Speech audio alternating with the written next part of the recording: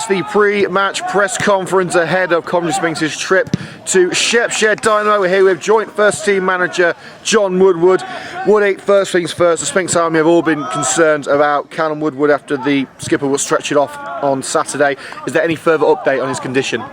No, he's had an X-ray at the hospital, and thankfully then there's none of the bones around the leg are broken, but they have recommended an MRI scan to have an in-depth look around the knee. So he's in the process of sort of going private, and hopefully that'll be through in the next few days or so, and then we'll hopefully have a diagnosis, and then treatment will sort of follow from that. It was obviously a very emotional situation, seeing the skipper down like that, especially for yourself. Now you've had the chance to see the incident again on the highlights, do you feel that the challenge was red card worthy? Oh, most definitely a red card. The more I watched it, even Monday morning, it just seemed to get worse and worse. I have spoken to Gary Setchell at Corby, and he admitted it was a bad challenge and it was a red card, straight red. But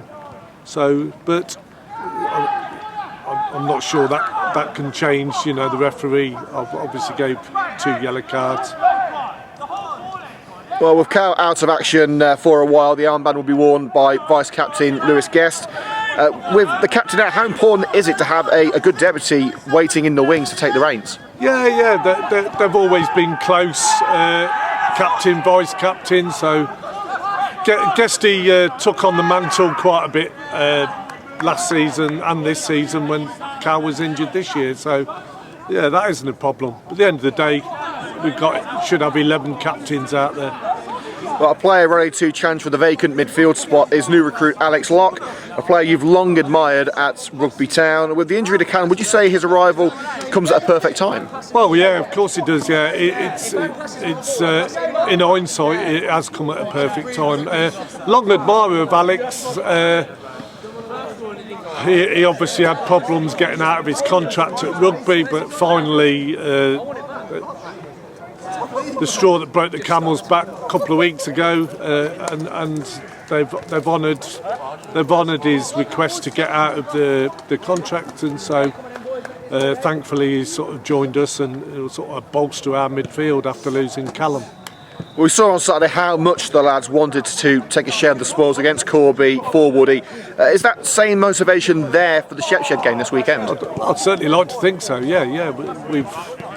We're a tight bunch, and we don't like it when one of our own gets injured. And by God, we've had a lot of injuries this year. There's 2 more picked up injuries tonight, just before training. So luckily we've got a strong squad. Well, final word on last week's game. Sadly, it wasn't to be a hat-trick of victories, but such a narrow defeat to a team hoping to be playoff contenders again. Does that show how far the squad has come?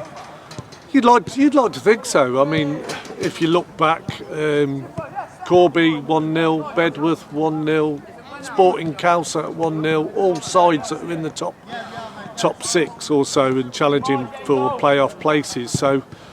Again, fine margins. So, yeah, we competed well. Whether we did enough to probably win the game or get a point out of it is questionable. Probably just need a little bit more quality at times. Well, this weekend's fixture takes us to another team hoping to push for the playoff spots. Shepshed Dynamo, a former Midland League foe. What can we expect from Saturday's meeting at the Dovecote Stadium? Another tough game. It's always a hard place to go. Shepshed, they'd been on a good run, and then I was a bit surprised that they lost 1-0 to Gresley, who are sort of down there in the bottom 2 or so. So that might be a bit of a knockback for Shepshed, and I guess they'll be all guns blazing Saturday. So it'll be tough. You've got to go and compete over there with any of the Leicester sides. And finally, Joe Percy made his return last time out. We saw Jack Redhead attempted to come back after he was taken off against Rugby. Could we see any other of the walking wounded come back on Saturday? Well, it looks like we've just lost Calum and probably Jack Redhead for another week. Jamie Draper is probably a couple of weeks away or a week or so away. So hoping to get him back. Callum Martin's also back doing strength and conditioning, so hopefully he'll be back quite quickly.